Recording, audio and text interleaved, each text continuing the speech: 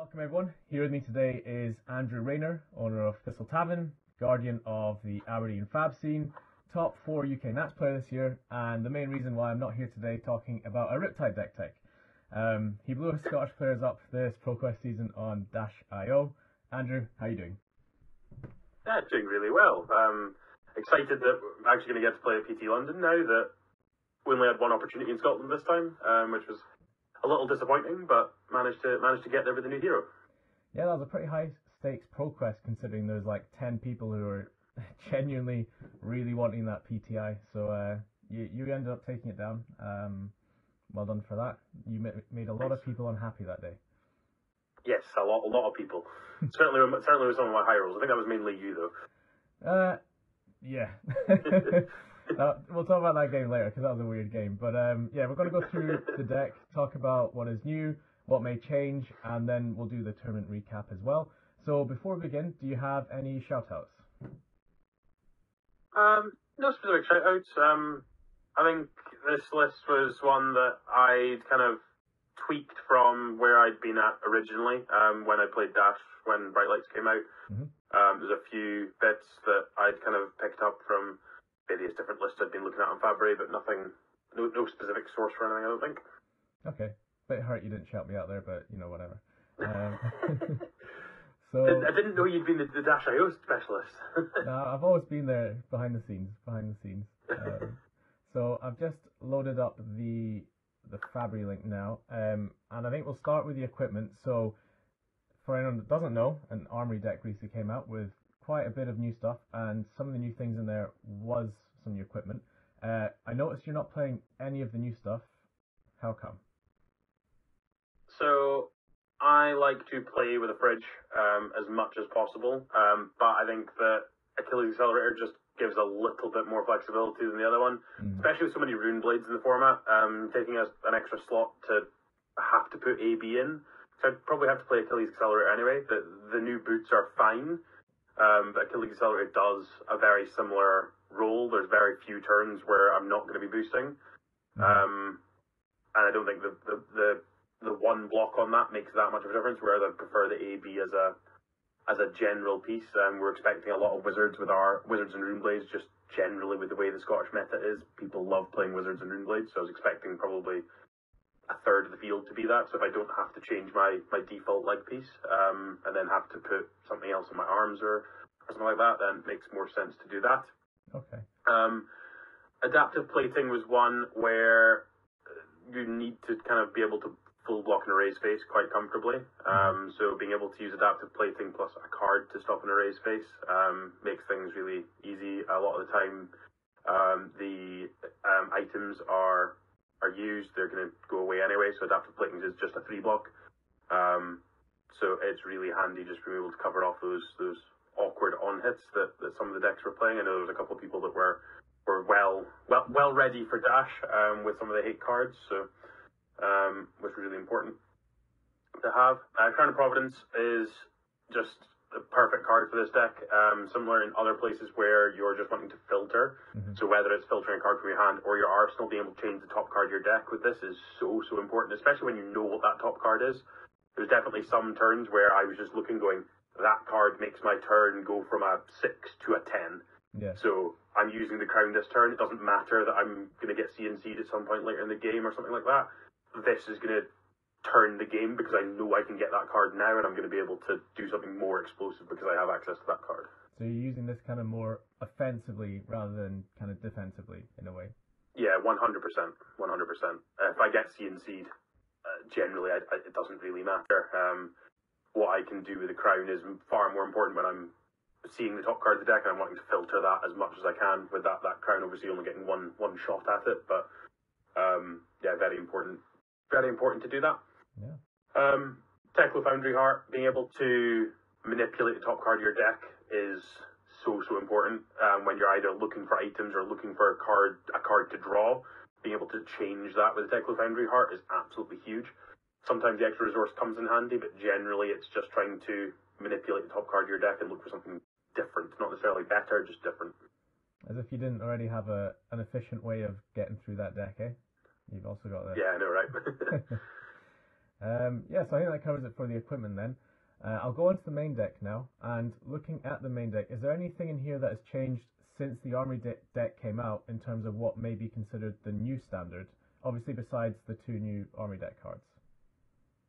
I think the main one that I hadn't previously put too much into is BIOS update. It's really, really powerful when you're playing quite as many items as you are now and being able to get extra cranks. So being able to cheat other items into play and gain extra action points. You can either draw extra cards or shoot the pistol extra times. Has actually been very, very powerful. That was one that it wasn't really as relevant previously, but when you're trying to make the most out of your processors and get as many card draws off those as possible, the BIOS update just helping you get extra action points to do that is definitely very impactful. Certainly on the turns where you don't draw high octane, BIOS update can still allow you to get 3 action points without needing to kind of pop your boots. Yeah, the first time you read this card, you're like, oh, that's okay. And then as you were playing it on the day, I was like, wait, this is the card I'm actually really scared of. This is insane. Like, the value you can get off this is just crazy. Yeah. Yeah, it's one where it seems really only okay. Like, okay, well, it's +3, it's just a 3 value card. But then if you're getting to cheat in a boom grenade or a processor or even like a backup protocol, you're getting that extra value in terms of cranking. You get the counter on the pistol, you get the extra action point, and then you get the ability from those things. So obviously we've got Teclo Pounders further down as well, which you can high roll with the BIOS update and cheat one of those into play. But generally you're ideally looking for those crank cards. Okay. And I noticed you're only on 6 copies of Boom Grenade. I know there were a lot of lists running around that were playing the blue one as well, but you're not. Is there any reason for that in particular, or is it just space? It's partially space, partially we want all of the cards to be doing slightly more. So even the other cards that we have, the backup protocols, the red ones are going to do more than a blue Boom Grenade a lot of the time. Being able to use your excess resources, because backup protocol is one of your actual ways of using the excess resources that you're creating with Teclo Foundry Heart. Generally, you don't actually have too many ways to use all of those. The amount of times that end up having excess resources at the end of the turn, because realistically, everything costs 1 or 0 apart from heist. So generally, we're pretty easy on resources. So the backup protocol is usually just being able to get either a 0 to 60 or faster Furious back for 2 resources, or maybe a Metex or an Outpace or Pulse Wave Harpoon, depending on how things go. If you're really like resource heavy, like if you've got Teclo cores out, then it can just turn into a heist, which obviously is such an impactful on hit as well. Yeah. So I think having that flexibility and being able to rebuy some of your more impactful cards is more important than having extra boom grenades. As much as the extra little bits of damage is fine, but realistically, we want every card to be worth 3 value. Okay. That's interesting, yeah, because speaking of heist, that was also a card that I saw a lot of Dash.io lists were cutting down on from the playset. They were like, I remember Mara Faris was talking about how she was just playing 1 because you only need 1 once it's engraved because you've got the backup protocol. Why have you decided to play it at 3? Is the on-hit just that relevant now because of Cerebellum, or is there any other reason? I really, really like the on-hit. It just, I want my opponent to have to block. That's where I want to be with this deck. I want to force my disruptive opponents to have to block all of my cards. So if I'm using Outpace with Boom Grenades, they can't block the equipment, they're giving me 2 cards, or they're taking a Boom Grenade. Either way, I've got value out of my Boom Grenade, or they've given me 2 cards. I'm happy either way in that exchange. It's the same with Heist. I want to get 2 cards from my opponent every time I play a Heist. And I will get that every time. No one's going to let you have a free item, especially with the fear of getting an extra Boom Grenade or a backup protocol or a processor, is just huge. So it's one where the on-hit is just that impactful that you're almost certainly going to get 2 cards, and me trading 1 card for 2 in that situation is usually going to benefit me in the long run. Is this usually your chain ender, or like a card you save for later in the turn? It can be a chain starter or a chain ender. I don't mind either way. Sometimes having it as a chain starter is good because then you know if your opponent's actually going to block this turn or not. You can kind of set up your turn if they're committing to full blocking you, or if they're going to commit to no, you can have this, just do your worst because I'm going to try and do something back to you. So it gives you a good idea as to where they're at for that turn cycle, depending on how their hand looks. Okay. Some of the decks, like Aurora or Zen, actually aren't that good at blocking, so you can usually know pretty quickly whether you're just going to be able to get to do all of the things you want to do or not. Yeah, no, that's which can be really interesting. But yeah, if the resources line up and you can do it at the end, the amount of times over this tournament specifically where I was able to use a backup protocol and finish with a heist and then put something else into play, like a technical core into play, to finish was definitely at least twice. So. Yeah, playing against you, I don't mind the other stuff, but I was always aware, can I block heist if I give him these cards and he has heist next? So yeah. It's a good card. So I want to ask you about the new cards from the Armory deck now. That's Fast and Furious and Cerebellum Processor. How good are they? Yeah.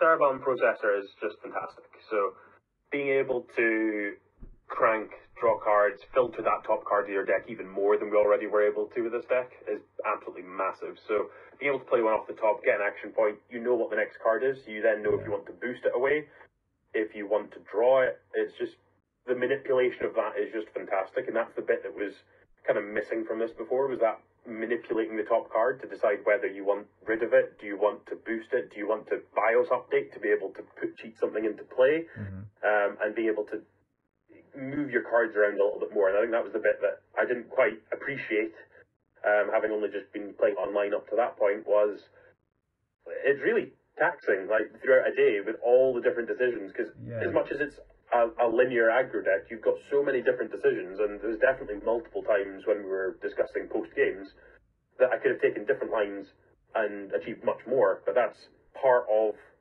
the piece of, you've got so many little decision points that, I could have drawn this card rather than boosted it away because I've got a different percentage chance of seeing a red boost attack on top or things like that. So there's so many different decisions, and Cerebellum Processor just allows you to open up to that. Yeah. Which is just fantastic. It's also a blue, so you don't mind pitching one, you then get it back with Spark of Genius when you find a Spark, which is great. Of course. Being able to crank it off of Spark of Genius as well is just fantastic. So, the processor is the main piece, but Fast and Furious is actually really interesting because it's like your 0 to 60, 4 through 6 some of the time, but the other line of text actually came up more often for me, so when I'm boosting it. So when I'm boosting the Fast and Furious and being able to keep a processor or keep a boom grenade when I know my opponent's full blocking this turn was so impactful throughout the entire day that was actually the line of text I didn't really think was that good, but having played it, being able to keep the processor around was just so important to allow you to extend into extra powerful turns with that. So still getting to crank it, still getting those 2 turns, getting that 3rd turn out of it is just huge. I imagine if the bottom text wasn't on this card, it would probably still see play, just because 0 for 4 90% of the time is really, really good for this deck. The fact that it has that on top of it, it seems like quite an underrated card. Everyone's talking about the Cerebellum. Yeah, I've seen very few people talking about it to that level. It's all been about processor, but the Fast and Furious is just such a good partner in crime. Like, they've worked really well together from both sides. So, I think they're both as important as each other to the way that this deck then becomes really powerful. Yeah, fair enough. And do you have anything else on the main deck, or should I move on to the sideboard? There's some flex slots. So I think the Metexes and the Outpaces, these are the ones that could be other cards depending on where things shake up. Metex having an on-hit, again, I like trying to produce on-hits so that people need to try and respect blocking a little bit more. So being able to threaten putting an item into play is really nice for the Metex. So that's what I found that I wanted. I wanted more heist type effects, so where people, if I didn't have a boom grenade, people were still feeling pressured into blocking. I really want to force people to block early in this deck and then punish them late after I've found the boom grenade or after I've found the thing that I want. Yeah. And Outpace is kind of the opposite of that, where you're not blocking with equipment. I'm going to force breakpoints and you're going to block me, but you're not going to be able to use your equipment. So you're going to give me 2 cards for a red one, or a defense reaction, and for the blue one, you're going to give me a full card. And you've given me a full card for a blue. That's exactly where I want to be. Yeah. Okay. Yeah. Actually, one more bit, because Spark of Genius is the card that's actually been when we're talking about the powerful cards in this deck. Obviously, High Octane and Spark of Genius are both pretty strong with the processor, but I think Spark of Genius is the card that kind of pushes the limits of this deck because of the shuffle.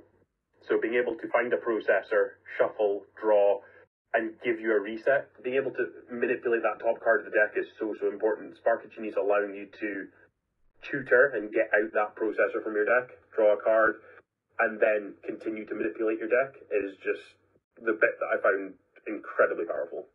Yeah, this, like, being able to tutor from deck alone in any card game is always proven to be pretty good. And the fact that you get to grab something like Cerebellum, or basically anything from your deck, manipulate it, like you said, and draw a card most of the time is crazy.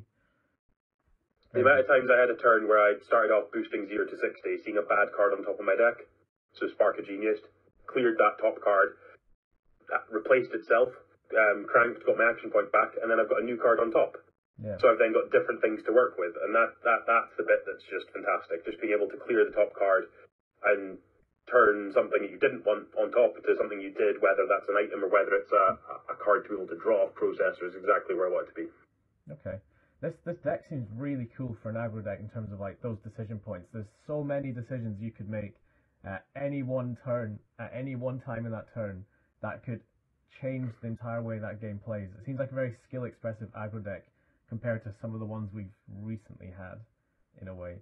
Yeah, I think so. It's just the sheer volume of decisions that you can make, because even the decision of do I want to crank an item or not is not necessarily straightforward. Do you want to crank a boom grenade? Do you want to, if you're playing off the top, do you want to make sure that I get the damage out of it? Because in some matchups you need to force the damage. So do I want to force my opponent to block for 2 turns or not? Like there are little bits like that where there are decisions to make, which is exactly where we want to be. Yeah, it's cool.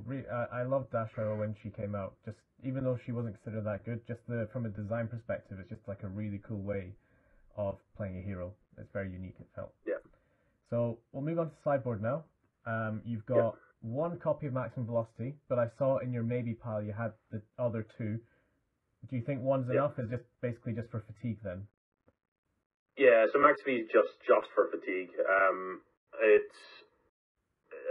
I don't even think we really need that one, to be honest. I think a lot of what else is going on is good enough, but I just wanted to make sure I had access to one just in case something didn't really go my way. Like being able to pick it up with backup protocol as well just means that you have access to it as long as you've either blocked with it or managed to get rid of it. You can then have access to it. The same way we were talking about the heist earlier. As long as you found that one copy, then you can find it again. So it's one that I wanted to have access to in case there was any fatigue. I didn't end up playing into any kind of fatigue decks other than I guess some of the yourself when you were trying to fatigue me, but that obviously wasn't the nature of your deck. That was just the nature of the games, how they went.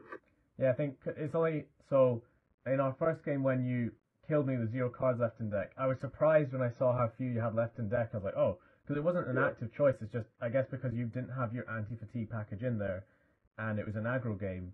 You were in a way susceptible to fatigue, but not in a way that mattered, if that makes sense. Like you got there in the end. I had a lot of damage still in my deck at that point, because I think in that first one, the high octane ended up, I still think I was 6 damage over, I think was what it was in the end. Yeah, just so like it was still enough, but I think that's something to be aware of.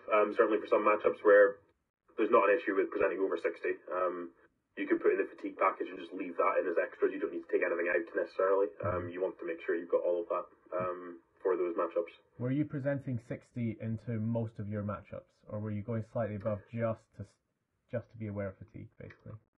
I presented 60 into everybody but yourself, actually. So I presented 62 into you, just because I wanted the signal jammers, just to stop you doing.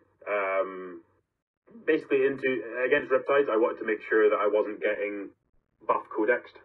Yeah. Because that's the way that you can gain tempo, is being able to do that, and that was the thing I wanted to stop. Obviously, if you draw multiple buff hands, then obviously that's still a good thing to do, but because I can control when the signal jammer goes, it doesn't impact me. Yeah. So being able to just go, right, signal jammer, you're not going to buff codex me or buff codex me, and then I'm going to get rid of it, and then I'm going to play a bunch more items and do something. So, yeah, that's the only matchup where I presented more than 60. Okay, I think Matt. But again, I didn't play against anyone that was like any heroes that were likely to fatigue me. Obviously, I know that you're on an aggro Riptide list, so it wasn't something where I need to consider that. But I didn't play against any of the other slower heroes of the format. So, but that's what the max fees, penetration scripts, system resets, and hyper scrappers are all for.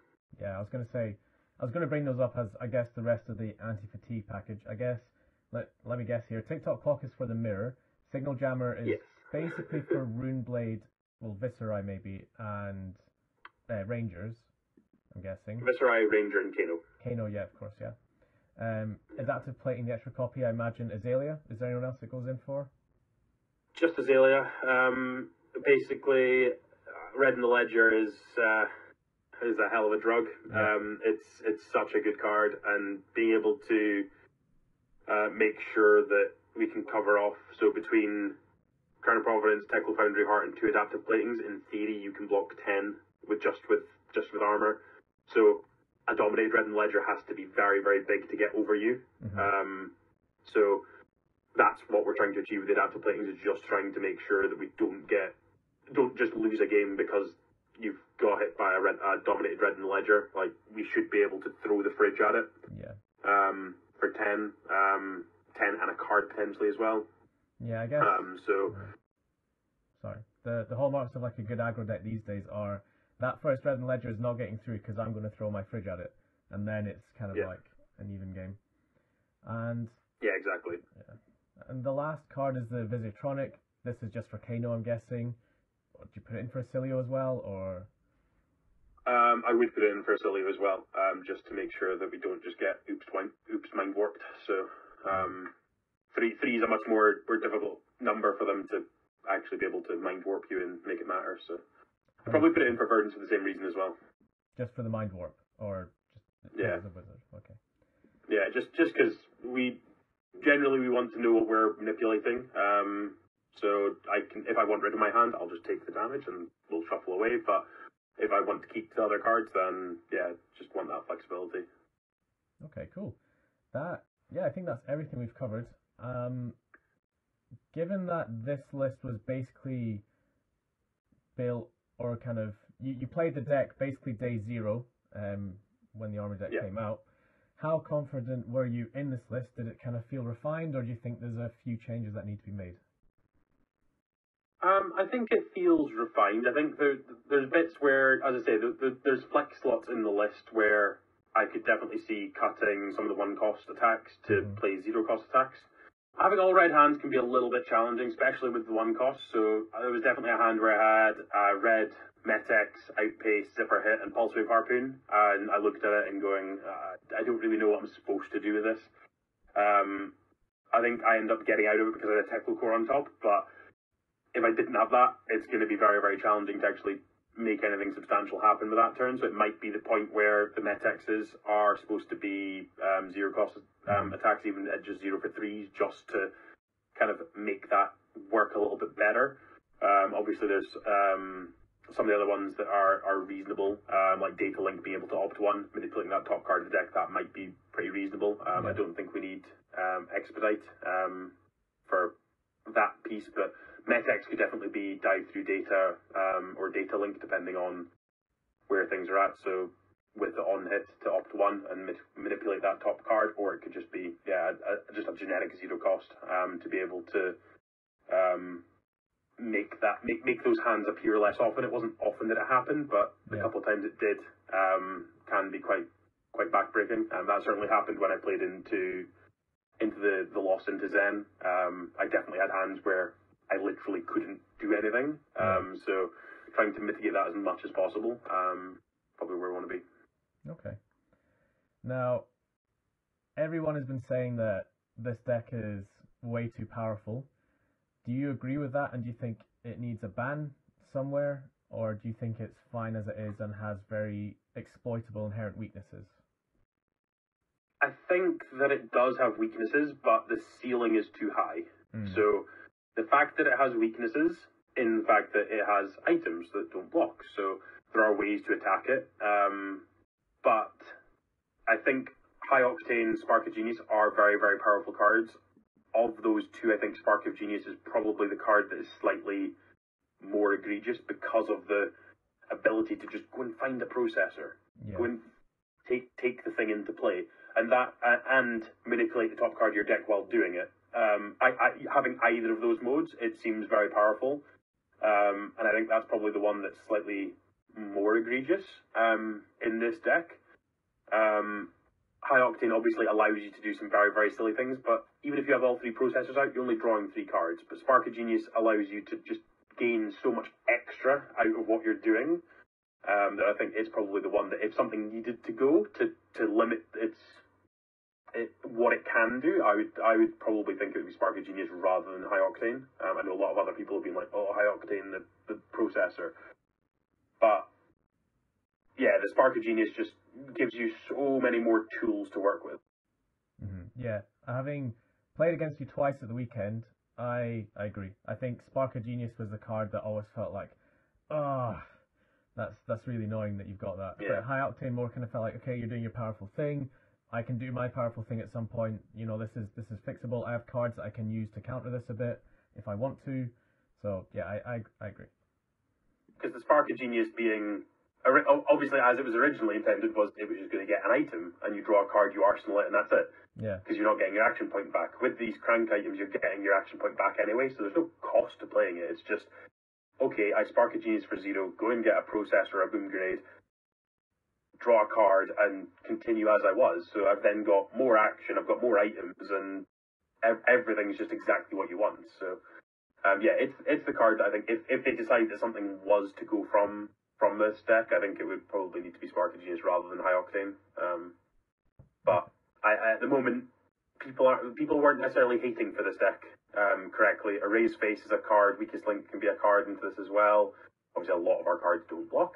Yeah. So there are a lot of just genetically good cards. Smashing Good Time. I saw people talking about playing the blue one in Zen because it allows you to transcend as well. So there's a lot of different options to be able to try and attack this deck, and I don't think everyone has necessarily explored those things yet. So there's definitely options to be able to attack it. I think that's probably the bits that will punish it. Similarly with the Brutes, obviously the Brutes have Smashing Performance and Arg Smash, and fortunately I didn't pair into the counter blessing Rayner that probably had 3 Arg Smash in his sideboard at the event, but yeah. Yeah, I think we were all praying to dodge that one. Yeah, I think we were. So talking about the event, thank you very much for the information on Dash there. If you like, we could do a quick tournament recap, go over what your matchups were, maybe some highlights from those games, any interesting talking points, that sort of thing. Yeah, I think, so I ended up playing against yourself on Riptide in round 1. I played against George on Kano in round 2. Which we played a best of 3 in 10 minutes, and I won 2-1. He on the one he won, I tried to Spark of Genius to get a Signal Jammer, and he killed me in response on my first turn of the game. So that was fun. I had AB3 as well, so I pitched to my AB3, but the Wildfire was for 8. So yeah, he managed to just continue to draw everything that he needed to kill me. So I'm glad that didn't happen in the real game. Yeah. Round 3 was my loss to Zen, so to Dan on Zen. I had one all-item hand, which didn't help me. I made a couple of mistakes in one of the previous turns, but the Zen state is just so backbreaking when you're trying to be aggressive and they're trying to race. Just 1 damage off everything. The pistol is irrelevant. The boom grenades just don't do as much. Yeah. Everything just hurts that little bit more because of that. So I think timing the Zen states is the timing when they use that Zen state is critical, and making sure that you have Teckle Pounders to kind of mitigate that a little bit is really important too, because that just allows you to go that little bit bigger when they're doing that, or you can play the Pounder when there's Zen state and you don't have to kind of waste all of your good cards into that Zen state. I then played into Sharif on Azalea. He chose not to dominate a red in the ledger on turn 0 for 8. And chose to get an Endless Shadow for 10 instead, because he wanted to keep an Arsenal card. And I proceeded to obliterate him shortly afterwards. So I think if you had the red in the ledger, I was going to have to probably give my fridge on turn 1, because otherwise I'm not really doing anything. I might have had a Tackle Pounder in that hand, but again, as soon as you've got 1, it just becomes far more difficult to do that. So he didn't even have access to it to Codex or anything. So made my job a lot easier. I then played into Viscerai, so it was Jackson on Viscerai. That one was pretty close, but again, just the sheer volume of damage, just managed to get there. Obviously played against yourself again in the top 8, which was that was a fun one, where I ended up, you hit with an Intoxicating Shot. So I had a Courage and a Quicken. I then played 2 BIOS updates. I cranked a Boom Grenade, Heist for 12 boosting, hit a Boom Grenade off the top with the BIOS update, and then found another Boom Grenade underneath it. So the Heist was for 23 damage, I think it was. I think it was a red, and a yellow Boom Grenade.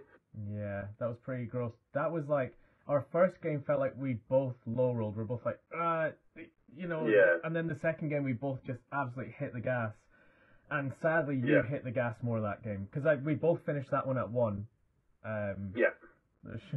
Both decks. Yeah, that one just came down to, did you draw a tar pit on that turn? If you drew a tar pit on that turn, I just lose. Yeah. Because I need those Boom Grenades to go off. So, but yeah, that was a really interesting game. But that obviously was a ridiculous high roll that I had on that specific turn. But then being able to follow that up with the pistols, because I had 3 action points from the BIOS update and playing the item off the top, so it just meant that it turned into like a 35 damage turn for very, very little, so which just allowed me to get enough tempo back to actually finish things off. I played against Finlay on Vincent in the semi-finals. This was one that I'd been playing into Finlay most of the week before, but I'd been testing Florian because we weren't sure if the dash deck was going to arrive, so that was my backup deck. So I kind of knew a lot of what he was trying to achieve with that deck.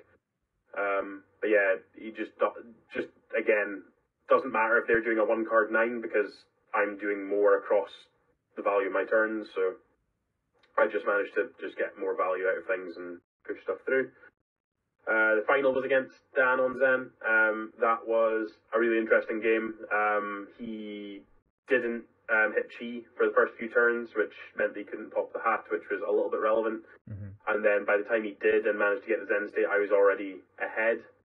And then I managed to just play a Tackle Pounder on one of those turns, so I hit for like boost twice and then just played a Tackle Pounder, so I managed to get some damage through and then played Tackle Pounder. But he didn't really draw his raise face, didn't really kind of do that much in that game, which that happens some of the time, but yeah, it was definitely slightly unfortunate for him, because he definitely low rolled in that game, whereas I probably low rolled in the one earlier. So it'd probably be interesting to see how that matchup actually goes. I know they don't block particularly well, but the Zen state is, as I say, is really backbreaking for what we're trying to do as a go wide aggro deck that's trying to manipulate action points to shoot a pistol a bunch of times. So yeah, Zen state is the only thing keeping Zen relevant, I think, at this point, or one of the main things. But yeah, congratulations again on your run. Sad I have to run into you twice, although happy you've got a high elo, so I didn't lose too much that day. Yeah, you didn't lose too much to me there. Yeah. Every cloud has a silver lining. So yeah, do you have any closing thoughts? Do you think this deck's a good choice for Worlds? Anything at all? I think some people will have refined this kind of list a little bit more. Will find some bits, and I think it'll be a real contender at Worlds. As I say, this was thrown together based on what I'd previously played and what I'd liked, and just tweaked a few cards. So there's definitely going to be refinement to be had. The sideboard probably, depending on what people are expecting the method to be. I was expecting a lot of mirrors. There was one other Dash IO in the room, so it wasn't like the TikTok clocks weren't massively relevant. I was definitely playing TikTok clocks at Worlds, though, because I know there'd be other ones. The fatigue package probably could be tweaked still as well. There's nothing crazy there. The system resets obviously can be a really high rolly card, just to kind of allow you to go really huge. But Yeah. I'd put it in because I knew its power level, but hadn't actually managed to kind of figure out the right way to go about that one. But it was purely just if I was going to play into a fatigue match, I just want to have access to it. It allows you to go really, really quite large. Yeah, I think it can definitely be a contender. It should be good to see with Worlds. Hopefully someone cracks the code for this, cracks the code for some other bits. It'd be really good to see. I'm still hoping it's Cecilio that people have cracked actually for Worlds, and we see him blasting off. But it's probably going to be that. Everyone wants to see Cecilia do well. Yeah, guy that I couldn't actually end up going to Worlds. Obviously, I did qualify, but just couldn't quite make it work with everything else going on. Yeah, likewise. Hopefully, someone else has managed to figure out how to make everything work. Yeah, perfect. Well, thanks so much for your time, Andrew. If anyone has any questions, please let us know. I'll put the deck link in the description as well. Thank you for watching, and Andrew, thank you very much for your time as well. Thanks very much. Take care.